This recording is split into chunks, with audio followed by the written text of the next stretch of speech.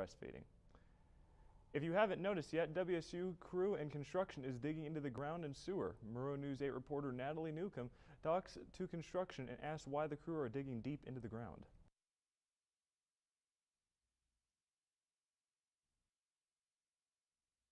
Outside in Northside residential halls, a crew is opening up a manhole.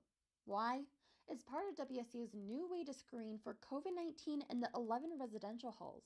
Right underneath this manhole, a stream of wastewater is coming straight out of the dorm. The crew uses a long pole that has a cup attached on the end to scoop up the water. The water is then transferred into a bottle that goes to the lab for testing. WSU is screening 11 of the occupied residential halls. Local elementary schools that have reopened are using the same method. Douglas Call, a Regents professor of molecular epidemiology at WSU, says this form of screening is very efficient. In theory, if we catch it right, we will determine if somebody is shedding virus into the stool through the sewage. And it's just a very efficient way. And it's also very non-invasive. I don't have to get permission to take bother somebody, I should say, to get a nasal swab. Those wastewater samples come here to the Allen School of Global Health.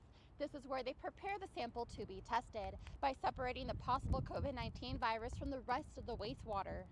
The samples are put into special tubes and they go into a centrifuge.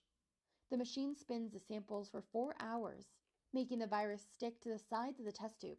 Then they drain the wastewater while keeping the virus in the tube. That's when the samples are finally ready to be sent to the Washington Animal Disease Diagnostic Laboratory for COVID-19 testing. If a sample comes back positive, they narrow down the positive case by notifying those living in that residential hall and asking them to get tested. It's important to remember that even if a positive case comes back, that doesn't mean that the water coming from the sinks and showers are positive. It is perfectly safe to use. I'm Natalie Newcomb with Murrow News 8.